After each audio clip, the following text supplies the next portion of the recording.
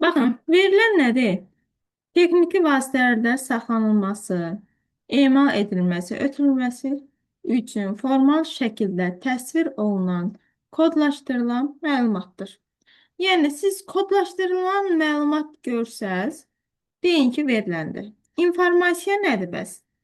Verilənlərin faydalı məzmunudur. Qavrama şkalası ilə verilənlər və bilik arasında aralıq mövqeyi tutur. Yaxşı. Bilik nədir? Dərk olunma vasitəsilə alınan informasiyadır. Bilik elə informasiyadır ki, onun əsasında məntiqi mühakimələr yolu ilə müəyyən çıxarışlar və təkliflər alına bilər. Yəni, biliklər bizi yeni çıxarışlar etməyə, yeni təkliflər almağa imkan verir. Yaxşı. Bura kimi başa düşdünüz. Ümid edirəm ki, aydındır. Yəni, çox vaxtı buradan gəlir. Bir də informasiya mübadiləsi zamanı əsas iki iştirakçı lazımdır bizə. İnformasiya mənbələri, yəni, və informasiyanın qəbul ediciləri. Aha, gəldik birə. Burada nədir? Verilənlər ümumi halda ad, qiymət, tip və struktur xarakteristikaları vardır. Tipinə görə verilənlər əsasən 4 qrupa ayrılırlar. Hesabi, mətin, məntiqi tip, göstərici. Bu qədər.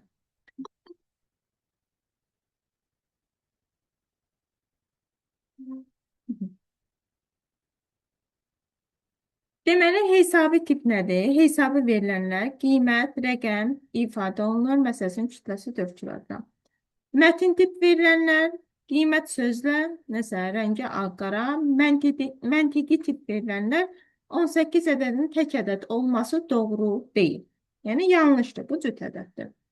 Göstərici tip verilənlər isə proqramlaşdırmada yaddaş ünvanları ilə işləyilir. Orada link verilir. Adi həyatda da sizə WhatsApp-da göy link atırlar, harasa qoşulur və yaxud da ki, hal-hazırda mən link attım. Meet. Google Meet. O da göstərici tipdir. Yəni link yadda saxlayın, göstərici tip. Sizə aid olan hissəsidir. Sonra burada üç əsas necə deyirlər? Tərkib hissəmiz mövcuddur. Yəni biz informatikada nəyi öyrənəcəyik? Bu üç bölməni öyrənəcəyik. Hardware, software və branware. Hardware dedik bütün aparat təminatıdır. Aparat texniki hissə. Yəni Siz dərs yazırsınız da. Bəli, yazır. Hə, yazır. Deməli, hardware nədir? Elektron hesablama maşınları gedir, ehemlər. Biz onlarda öyrənəcəyik. Və bu günlər printerdir, skannerdir, nə bilim, klaviaturadır, mousedur, ekranın özüdür, monitordur. Yəni, texniki vasitələr, yəni əlimizlə əl vura biləcəyimiz kompüterə aid nə varsa, hamısı ayrılır hardware bölməsinə. Aparat təminatı deyilir buna. Sonra gəlir software, proqram təminatı. Bunun içərisində indi tanıdığımız nə olar? Word-dür, Excel-dir, PowerPoint-dir, nə bilim, əməliyyat sisteminin özüdür, Windows-dur, nə bilim, iOS-dur. Bunlar hamısı, yəni proqram təminatıdır. Ayrılır software bölməsinə. Bir də gəldi branware bölməsi. Bunu da belə brain, düşüncə, fikir, məntiq sözü ilə belə beyin deməkdir də, yəni hesablama deməkdir. Burada məsələ həlləri gedir. Alqoritmik və proqramlaşdırma hissəsi də bu hissədə. Yəni, beyinlə həll olunan hissəsinə branware, adətən software ilə branware qarışdırılır. Ona görə bunu dedim. Yəni, burada bunu bu şəkildə yadda saxlayın ki, branware beyinə aiddir, məsələ həll edir, alqoritm və proqramlaşdırma hissəsidir. Software isə proqram təminatı. Yəni, proqramlar Word, Excel belə yadda saxlayın. Burada isə alqoritm qurulmasıdır. Bu alqoritm hissəsini keçəcək, amma sizə proqramlaşdırma hissəsi, Python hissəsi yoxdur. Yaxşı? Belə yadda saxladıq. Bura kimi sual var. Hər hansı bir sual.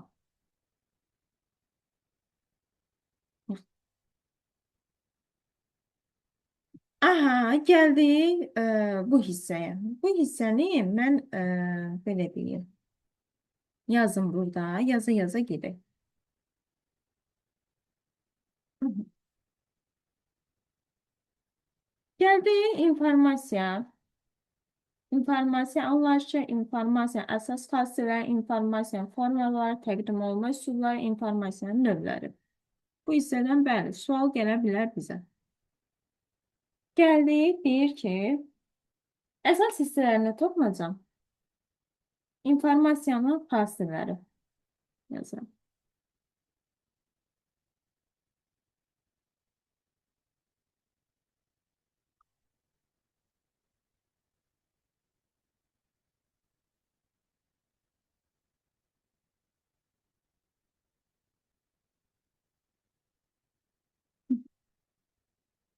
Deməli, bu bölmədə birinci başlığı obyektivdir. İnformasiyanın xassələridir.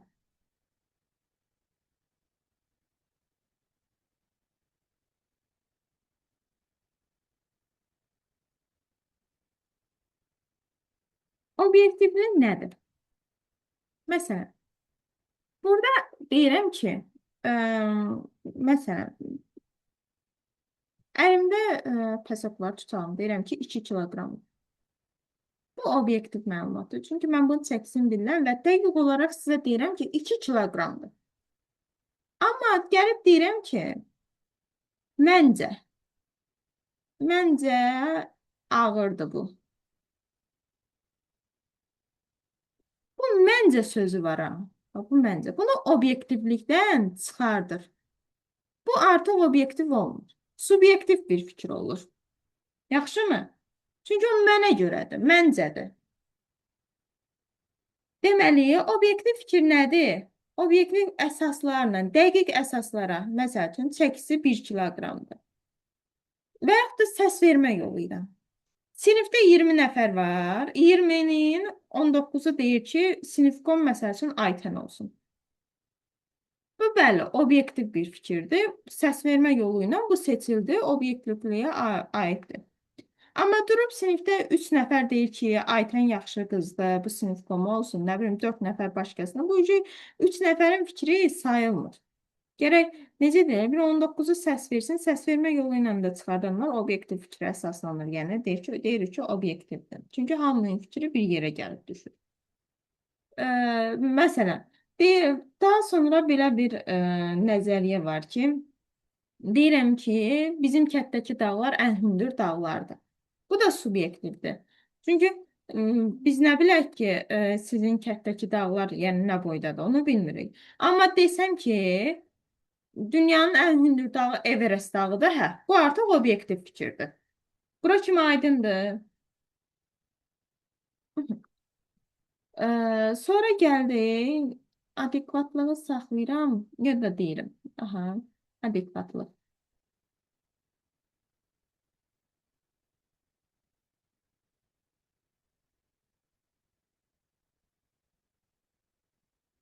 Adekvatlıq nədir? Məsələn, həyatda ən çox bu necə olur? Biri cavab verir, sən də onu düzgün olaraq cavabını qaytarırsan ki, bu hadisənin məğzu budur, cavabı da budur. Adekvat cavab verirsən, tez cavab verirsən. Həyatda belə qarşılaşır o.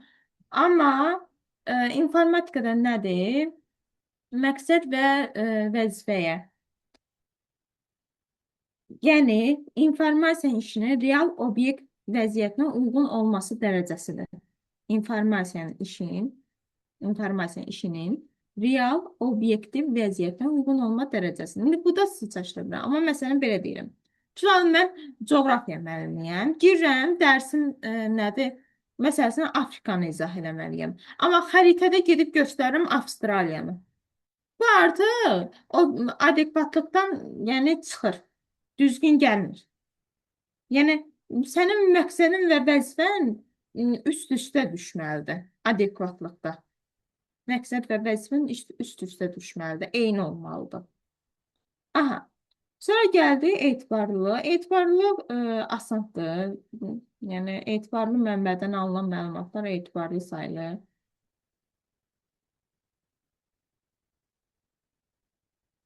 Məsələn, deyək ki,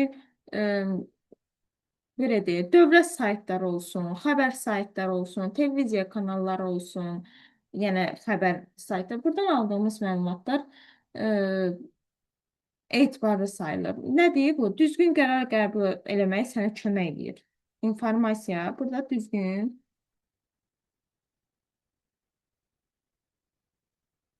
qərar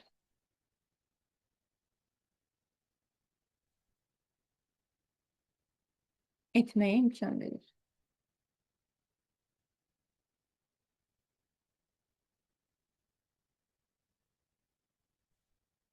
Aha. Düzgün qərar qəbul etməyə imkan verir.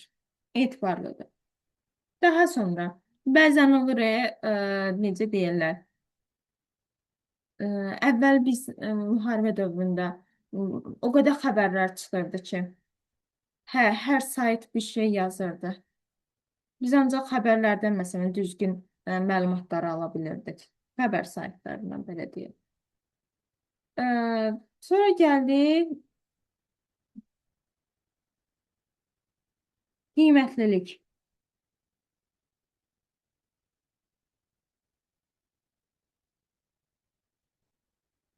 Alınan yeni informasiyanın həmin anda ona, yəni alana, yəni alan insan üçün verilən problemin həllində lazım olub olmamasıdır. Yəni bu mənə lazımdır, qiymətli informasiyadır. Məsələn, təcili bir nəsə bir işimiz olur, harasa bir getməliyik və yaxud da ki, nəsə bir hadisədir, başımıza gəldi. Həmin anda hər hansı bir məlumat gəlir, bir xəbər gəlir. Sən deyirsən ki, aha, yaxşı oldu mən bunu eşitdim. Hə, indi mən fikrimi dəyişim, getmirəm və yaxud da ki, gedəcəm bu işin dalayacam və yaxud da indi nəsə də hər hansısa bir məlumat sənə işin üçün qərar qəbul etməyə kömək edir. Yəni necə deyirlər, həmin anda sənə lazım olub olmamasıdır. Sual var. Daha sonra gəldik tamlıq. Bunu belə iki yazın. Tamlıq nədir? İnformasiyanın tam olmasıdır. Məsələn, mən deyirəm ki, sabah gedirəm. Gedirəm. Bu evdəkilər soruşmayacaq, hara gedirsən, niyə gedirsən və yaxud da uşaq gəlir, ana gəlir deyir ki, mən gedirəm. Soruşurlar ki, bəs ay ana hara gedirsən? Hə, deyir ki, mən mağazaya gedirəm. Və yaxud da deyirəm ki, gəlin sabah görüşək bu qrup üçün. Deyirəm, gəlin sabah görüşək. Siz də deyirsiniz ki, hə, yaxşı.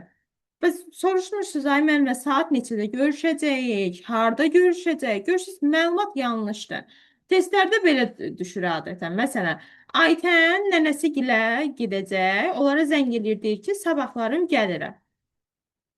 Aha, burada hansı xassiyyət pozuldu? İnformasiyanın tamlığı pozuldu. Sabahlarım saat neçədə gəlirsən? Testdə imində belə düşür. Sabah saat neçədə gəlirsən? Səhər deyir gəlin və yaxud da səhər saat neçədə gəlirsən? 9-dan mı gəlirsən, 8-dən mi gəlirsən, 10-dan mı gəlirsən? Yəni bu cürlə tamlıq xassəsində pozulur. Yəni dəqiq mi? Sabahlarım mən rayona gedirəm, səhər 8-də sizə çatacağam. Hə, və bu şəkildə deyəndə düzgündür. Sonra var mövcudluq. Bunlar əsas 4-5 dənədir, amma bunlar da ki, necə deyirlər, düşür. Mövcudluq nədir? Sadədir. İnformasiyanın mövcud olması. Xassələrindəndir. Daha sonra gəldik bu hissəyə. Əsaslardan biri aktuallıq. Bir faydalılığı da yazın bu da. Bu faydalılıqla qiymətlilik eynidir. İkisi də eynidir. Yəni sizin informasiya sənə nə dərəcədə lazımdır, faydalı olub olmaması, faydalı deyilsə, deməli bu lazım deyil heç. Gəldik aktuallıq.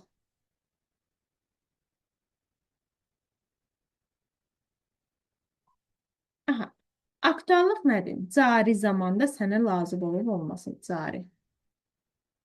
Burada indiki zaman gedir. İndiki, cari zaman. Məsəl üçün, Deyirəm ki, hal-hazırda gün çıxıb və yaxud da külək əsir. Bax, bu hal-hazırda mənə lazımdır. Əgərəm mən gedəcəmsə harasa lazımdır. Əgərəm çölə çıxmayacamsa lazım deyil, məsəl üçün. Tutam yağış yağır, amma evdəyəm. Mənə lazım deyil. Və yaxud da ki, cari zamanda nədir? Hal-hazırda siz necə deyirlər, 2027-ci il üçün də hazırlaşırsınız magistra. Düzdür? Bu sizə hal-hazırda bu dərs sizin üçün cari vaxtda, yəni lazımlıdır.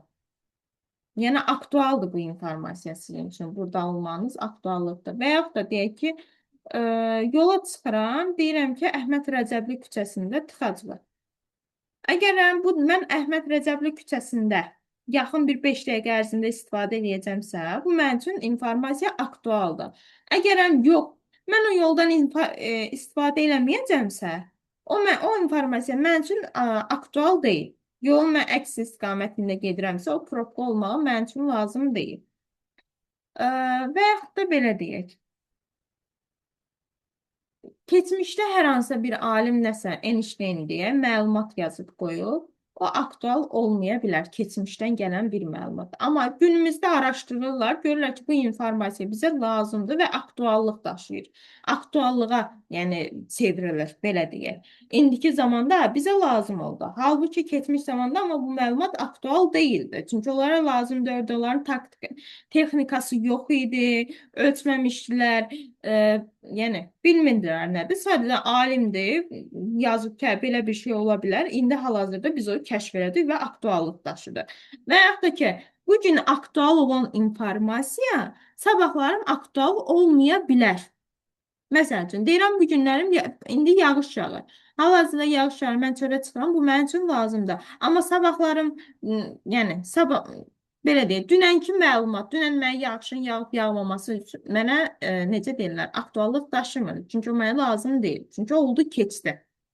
Bura kimi də aydındır, başa düşürsünüz. Hər hansı sualınız varsa verin.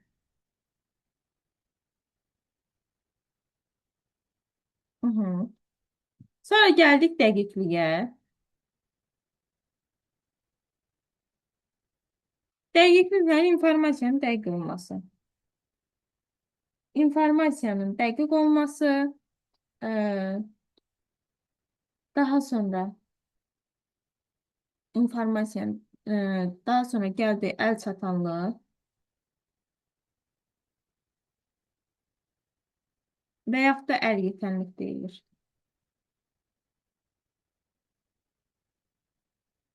Aha, bu da nə dərəcədə sənin həmin informasiya əlin çatır, yəni e, necə deyərlər? İnformasiyanı məsəl üçün saytdan tapa bilirsən və yaxud da tapa bilmirsən, hər hansı bir kitabda tapa bilirsən, tapa bilmirsən, əl çat. Yəni buna əlin çatmırsa, deməli bu informasiya əldə edə bilmirsən bu şəkildə. Bir də aydınlıq informasiyanın başa düşülən olmasıdır. Yəni adlarından da göründüyü kimi çox da belə çətin bir şey deyil. Burada əsas gedir baxın. Burada əsas gedəcək obyektivlik. Testlərdə bizi incidəcək. Sonra gələcək adekvatlıq. Bu da düşür. Sonra gəldi informasiyanın tamlığı. Bundan da sual gələcək. Aktuallıqdan da sual gələcək. Və bunlardan mütləq şəkildə suallar gəlir, testlərə salınır.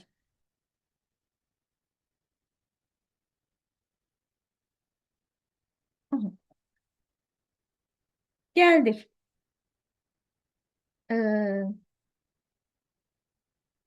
İnformasiyanın təzə vərəqdən keçin yazın. Saniyə.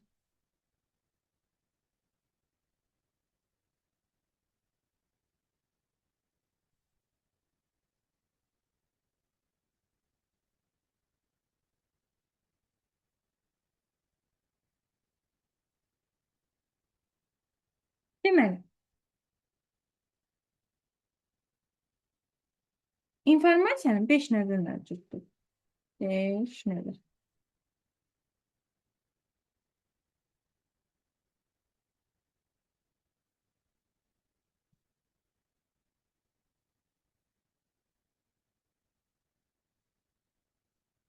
5 növü mövcuddur.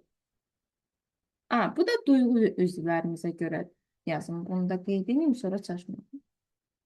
Duyğu üzvləri. Üzv yazıram. Başa. Duyğu üzvlərimizə görə informasiyanın 5 növü mövcuddur. Vizual, bu görmə vasitəsilə, yəni göz vasitəsilə alınır. Dad, yəni dadı bilirik, dil vasitəsilə. Daha sonra qoxu, burun vasitəsilə, audio, qulaq vasitəsilə, yəni bu səs gedir.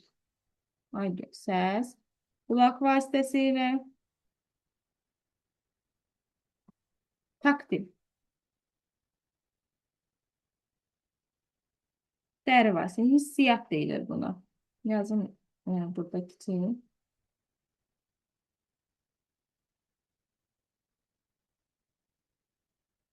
Hissiyat, dəri vasitəsilə. Deməli, 90%-inizi gözdən alıb bütün informasiyanı, 90%-in informasiya var. Burada 90%-in göz vasitəsilə alıb. Qalan 9%-in qoxu deyil, dəqiqə. Qulaq vasitəsilə alıb 9%. Bunlar da indi hərəsinə 0.5, 0.1 falan düşür bu hissələrə. Belə deyək, göz vasitəsilə nəyi görə bilərəm? Testlərdə çaşdırıcı suallar düşür. Məsəl üçün, gecənin gündüzün olmağı mən gözlə görə bilərəm. Nəyinsə hündür, alçaq olmağı mən gözlə görə bilərəm. Çünki bunu gətirib taktillə qarışdırırlar. Deyirlər gecədir, mən onu hiss edeyim. Yox. Buna dəri ilə nə ala bilərəm? Soyuq, isti, buz və yaxud da ki, bərk, yumşaq. Yəni, əlimlə nəyə üşüməyi, məsəl üçün, dəri vasitə, taktillə əldə edə bilərəm. Yaxşımı? Soyuq, isti, bərk, yumşaq, buz və yaxud da dilimin çaydan yanmağı mən hardan hiss edə bilərəm? Təbii ki, taktil vasitəsilə də deyirlər ki, dad daxı. Mən dad hiss eləmədim, yanmanı hiss elədim. Bu, hissiyat vasitəsindən alındır. Yaxşımı? Qulaq vasitəsilə səsdir, yaxşı, nur səsi falan bura aiddir. Burada da əsasən vizuala çaşdıran rəqəm hündür, alçaq, gecə, gündüz. Bunlar da ki, hündür məsəl üçün qarşılar taktildir. Güya əlimi vurdum, əlim çatmadı, hündür. O deyil də. Yəni, bu göz vasitəsilə sən görürsən ki, bura hündürdür, ya alçaqdır. Qarışdırmayaq. Başa düşdük.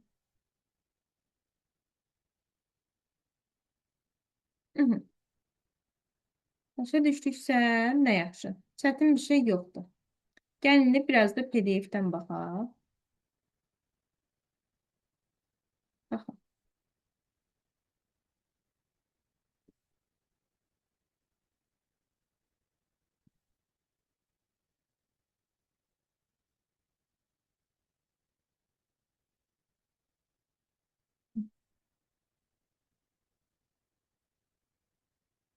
Baxın. Burada böyütmə.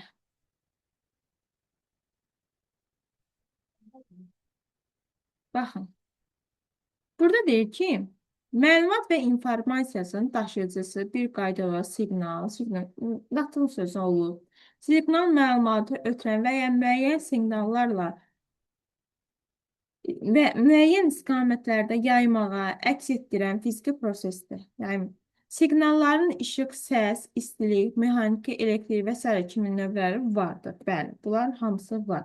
Məlumat, informasiya ötürməyi təmin edən hər hansı fiziki kəmiyyətin zamana görə dəyişməsinə siqnal deyilir. İnformasiyanın ötürməyi təmin edən hər hansı fiziki kəmiyyətin zamana görə dəyişməsinə siqnal deyil. Bunun tərifidir. Aha, gəldiyi burada bir dənə bu hissə var. İnformasiya parametrinin strukturuna asılı olaraq siqnallar diskret və ya kəsilmə formada ola bilər. Diskret formada ötürən siqnallar rəqəmli, rəqəmsal Rəqəmsal, kəsilməz formada qəbul olunan siqnallar isə analog növü siqnallar deyilir. Bu hissəni bir dənə mən burada izah edeyim geniş. Siz bir dənə buna baxın. Deməli, burada analog və rəqəmsaldan gedir. İki növ informasiyamız var. Biri bu kompüterin daxilində olan informasiyalardır. İki növ. Bax, biri analog gedir, digər bax, analog. Digər isə gedir rəqəmsal.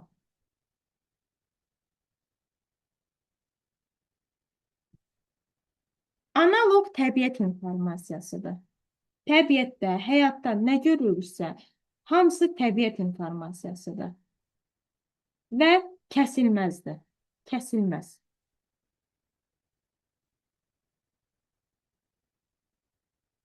Baxın, kəsilməz dediyi analog bilirik. Analog dediyi kəsilməz bilirik. Həyat informasiyası, təbiət informasiyası dedi.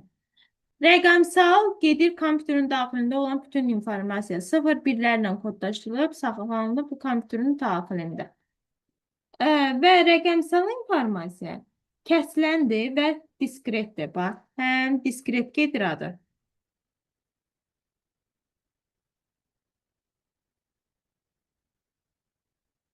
Həm də ki, kəsilən gedir.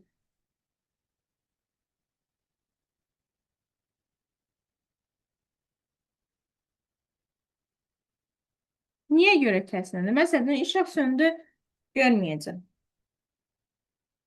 Getdi. Mənlə sizin əlaqəniz kəsildi. Amma həyatda bizi necə ayıra bilərlər ki, dərs zalında, əyani dərsdə tutalım. İşıq yox, bir şey yox, oturub izah edirəm. Kompüterdəki hər hansı məlumat diskret informasiyadır. Yəni, əlimə atdım, işıq yanırsa var, işıq yoxdursa söndü. Elektrikdən asılıdır. Amma elektrikdən asılı düz çıxmır. Elektrikdən asılı düz çıxmır. Çünki, məsələn, mikrofon, danışdığımız mikrofon, bu toyda müğənnilər oxuyur. Bax, o analog gedir. Çünki informasiya 0-1-lərə çevrilmir orada. Birbaşa dalğalar vasitəsilə gedir, səsi dalğadan çıxır. Ona görə o, necə deyirəm, analog ayrılır. Burada belə istisnalar olacaq. Məsələn, elektrikin özü analogdur. Çünki təbiətdən gəlir. Və bu qaydalar. Amma kompüterin daxilində başqa bir formada elektrikdən söhbət getsə, o rəqəmsal gedir. Amma həyatımızdakı elektrik analog informasiyadır və kəsir. Yəni, həyatda var. Daha sonra gəldik nəyə? Kitab. Kitabda olan informasiya, vərəqdə olan informasiya, bunlar hamısı analog gedir. Yaxşımı? Bu şəkildə bunların, yəni analog kəsilməz təbiət informasiyası.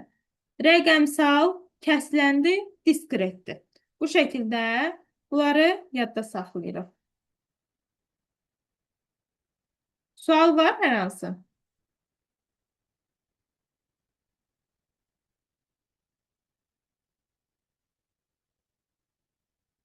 Aha, heç bir sualı yoxdur.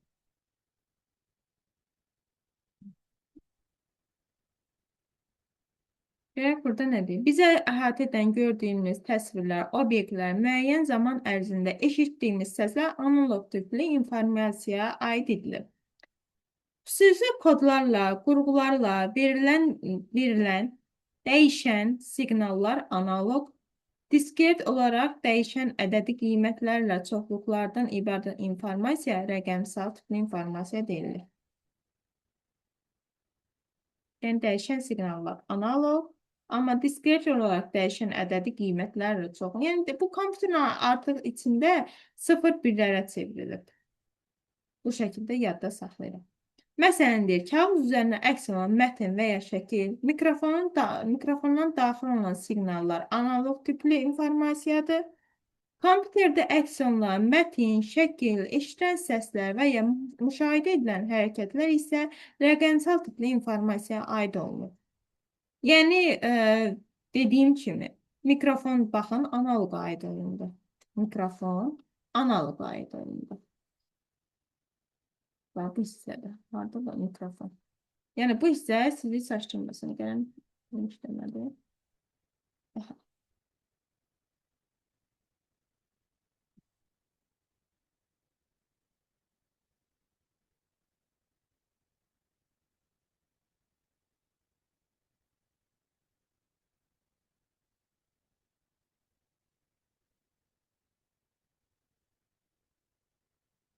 bu burada yazacaq. Vərəqin üstündə yazmır bu hissədə. Aha, bu şəkildə.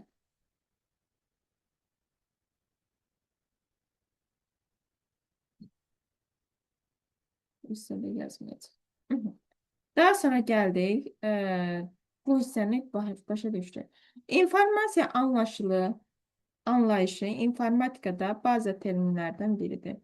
İnformasiya kodlaşdırma vasitəsilə bir formadan digər formaya keçə bilər. Bəli, informasiya bir formadan, məsəl üçün, onluq say sistemindən keçirsən 8-lik say sisteminə və yaxud da kodlaşdırılır, 0-1-lərə keçirə hərflər. Bu şəkildə keçirə bilər. İnformasiya şifrələmənin köməyi ilə məxfiləşdirilə bilər. Bəli, biz bunun da hansını keçəcəyik? Sezar şifrələməsini keçəcəyik. Aha. Burada xassələrimiz var. Hər birini qeyd elədik. Obyektivlik, tamlıq, dəqiqlik, adekvatlıq, mövcudluq, əlçatanlıq, əliyetli, etibarlıq, faydalı, aydınlıq, qiymətli, aktuallıq.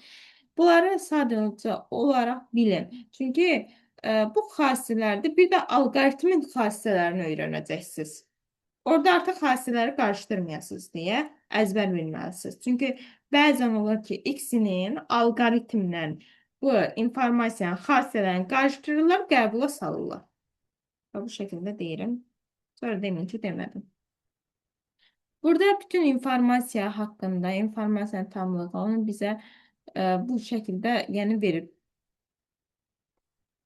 Adekvatlıq informasiyanın işin real obyekt vəziyyətinə uyğun olması dərəcəsidir. İnformasiyanın faydalanın hər hansı məsələnin həllində fayda rolu ilə qiymətləndirilir. Aha, gəldik burada daha sonra. Bir dəqiqə. Duyğu üzlərimizə görə informasiyanın növləri vizual, dad, qoxu, audio, taktil bu şəkildə öyrənilir. Daha sonra bizə cədvəl verirlər. Bu cədvəldə bilməliyik. İnformasiyanın təslimat cədvəli, informasiyanın növləri, məntiqi, ədədi, mətin, audio, qrafik, video, multimedia. İnformasiyanın xassələri burada da informasiyanın formaları dedik, iki növ var. Analog və rəqəmsal, yəni rəqəmli. Analog kəsilməzdir, rəqəmli diskretdir və kəsiləndir. İnformasiyanın verilmə üsulları. İnformasiya bizi bu birinci dərs aiddir. Mətin, ədəd, qrafik, səs və kombinasiyalı şəkildə. Yəni multimedia, burada səs də var, video var, şəkil var, hər bir şey var. Mətin adi bildiyimiz mətindir, ədəddir, ədədlərdə ifadə, qrafikdir, şəkildir, səsdə, yəni bildiyimiz səsdir, səs qayıtdır, bu şəkildə gedir. İnformasiya prosesləri. Aha, gəldik indi bu dərsə. Bura kimi çətin deyil, hər hansı bir sual var.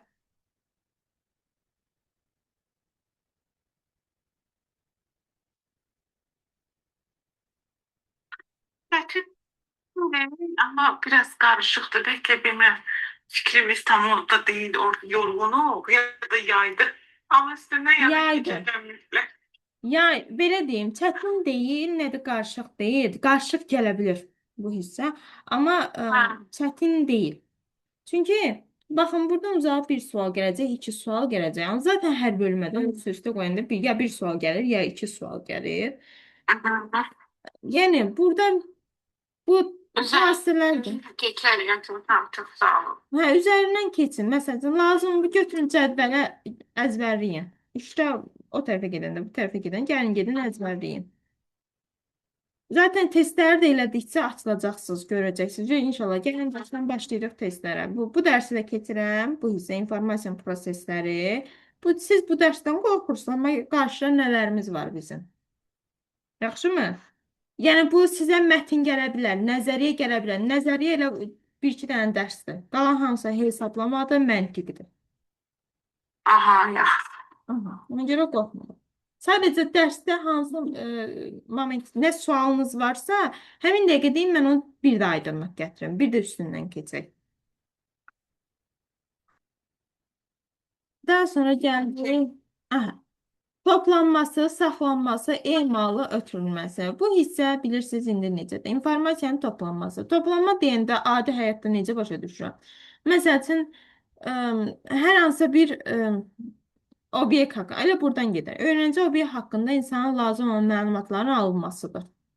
Məsələn, kitabxanada hər hansı kitab haqqında məlumat, ənənəvi kataloqa baxmaq, kitabxana işçilərindən yəni soruşmaq və ya elektron kataloqa etməklə almaq olar. Yəni bu şəkildə deyil. Hal-hazırda çox avtomatlaşdırılmış qurulan kimi axtarış üsulları geniş yayılmışdır. Məsələn, hansını istəyir bu dəqiqə hamı süni intellektdən məlumat toplayır. Həkimə gedirsən, qabaqcadan oturub yazırsan ki, məsəl üçün, bunun adı nədir, nə bilim, bu xəstəliyin nəticədir. Bütün məlumatları toplayırsan, sonra çıxıb gedirsən həkimə. Və yaxud da hər hansı bir işin varsa, axtarış eləyirsən, hər hansı bir, belə deyək, essay yazacaqsan, nə yazacaqsan, oturub məlumatı toplayırsan, sonra gedirsən. Bu dəqiqə ya internetdən toplayırıq, indi yəni çox az adam kitabxanaya gedir ki, oradan hər hansı bir məlumat alın. Belə, bu şəkildə. Məsələn, mən getmişəm, heç axtardığım kitabı da tapmamışam. Yəni, yox idi. Gəldim, yenə internetdən axtardım, tapdım. Elə kitablar var ki, satışda yoxdur. Heç olmasa gedirsən ki, kitabxanada var, orada da, məsələn, tapmamışdım. Bu şəkildə. Daha sonra gəldi informasiyanın saxlanmasına. İnformasiyanın saxlanması nədir? Məsəl üçün, adi həyatda mən yazı yazıram və yaxud da məlumatı topladım.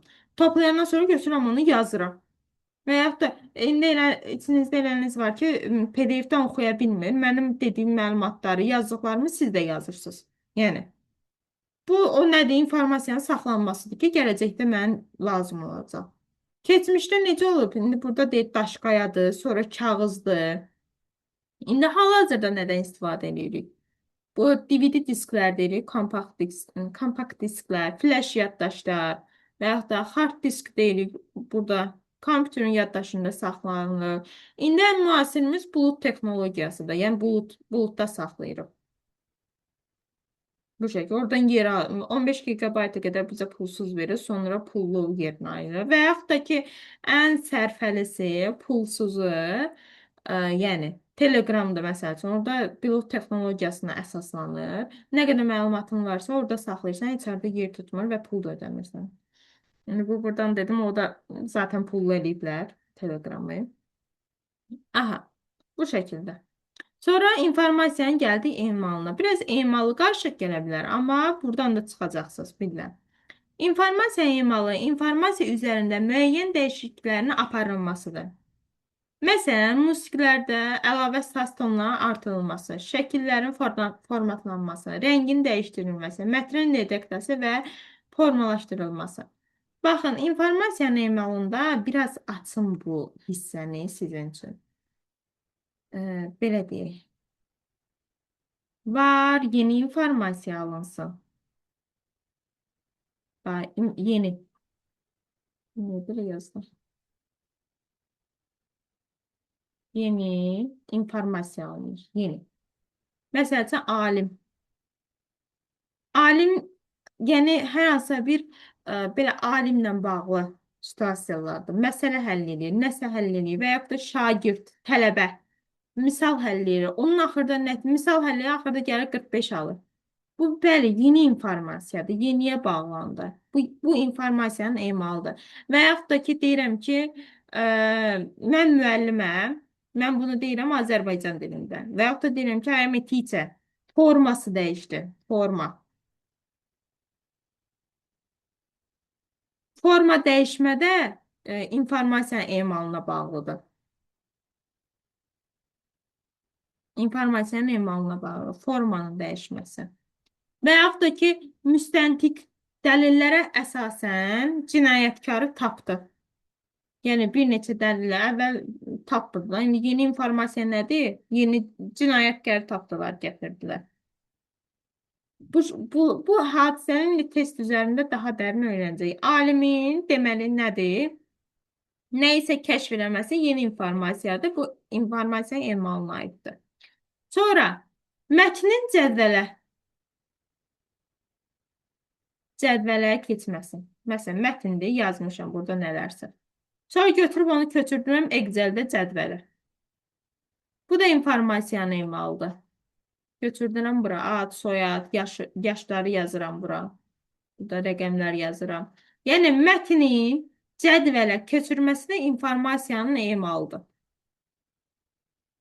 Hər hansı bir proses gedir orada. Aha. Daha sonra gərək yine PDF. Bu şekilde burada yine kısa yazıb biraz daha açdı. İnformasiyanın ötürülməsi. Toplanmış informasiyanın emal olunması üçün və ya emal olunmuş informasiyanın istifadəçilərə çatdırılmasıdır. Qısa, məsafəli ötürülmədə kabel və digər simsiz ötürülmə vasitələrindən, uzaq məsafəli ötürülmədə isə rabitə kanallarına istifadə olunur. İnformasiya rabitə kanalları vasitələ ötürülməsinə qısa olaraq belə təsvir etmək olar. Yəni, burada deyir, informasiyanın mənbəyi, kodlaşdırıcı qurğu, rabitə kanalı, dekodlaşdırıcı qurğu informasiyanı qəbul edən. Yəni, informasiya mənbəyi tutalım mənə. Kodlaşdırıcı qurğu mənim kompüterimdir və yaxud da səs kartımdır burada. Onu 0-1-lərlə kodlayır. Wi-Fi vasitəsilə, rabitə kanal vasitəsilə ötürür sizə. Aha, ötürdü. Sizin kompüteriniz və yaxud da telefonunuz mənim səsimi oradan 0-1-lərdən açır, koddan açır, yəni dekodlaşdırılır. Sizə yenidən informasiya qəbul edicinə göndərir, göstərir ki, buyur, bu səs və yaxud da ki, görüntü. Bu şəkildə. Başa düşdük. Hər hansı bir hissədə sualımız varmı? Dərsin... Yox, mən diqqətlə qulaq asdım, bunu başa düşdüm. Hə, bu rahat idi. Aha. Aha, dərsimiz bu qədər. Rekordu dayandırıram. Çox keçmək.